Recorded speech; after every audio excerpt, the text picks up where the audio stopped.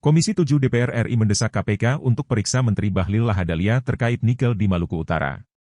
Wakil Ketua Komisi Pemberantasan Korupsi, KPK, Alexander Marwata menyatakan pihaknya berencana memeriksa Menteri Investasi Indonesia, Kepala Badan Koordinasi Penanaman Modal, BKPM, Bahlil Lahadalia terkait proses perizinan pertambangan nikel di Maluku Utara.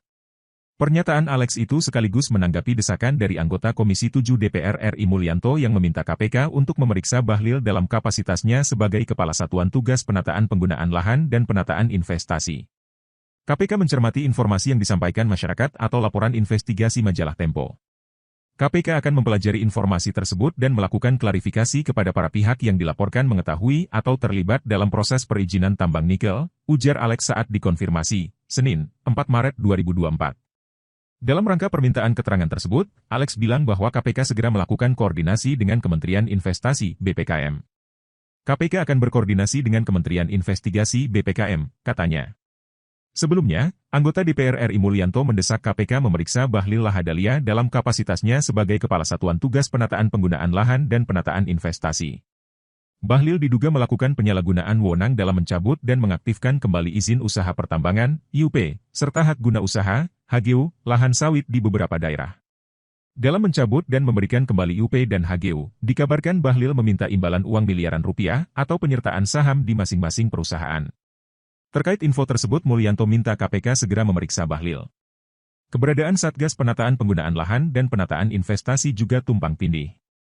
Harusnya tugas ini menjadi domain Kementerian ESDM karena UU dan Kepres terkait usaha pertambangan ada di wilayah kerja Kementerian ESDM bukan Kementerian Investasi, kata Mulyanto kepada wartawan, Senin, 4 Maret 2024.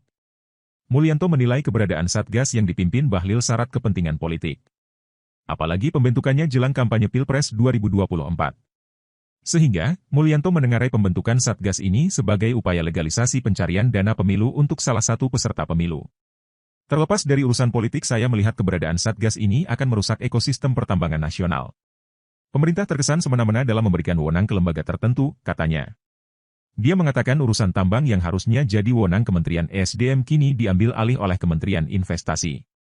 Padahal terkait pengelolaan tambang tidak melulu bisa dilihat dari sudut pandang investasi tapi juga terkait lingkungan hidup dan kedaulatan pemanfaatan sumber daya alam nasional, ujar Mulyanto.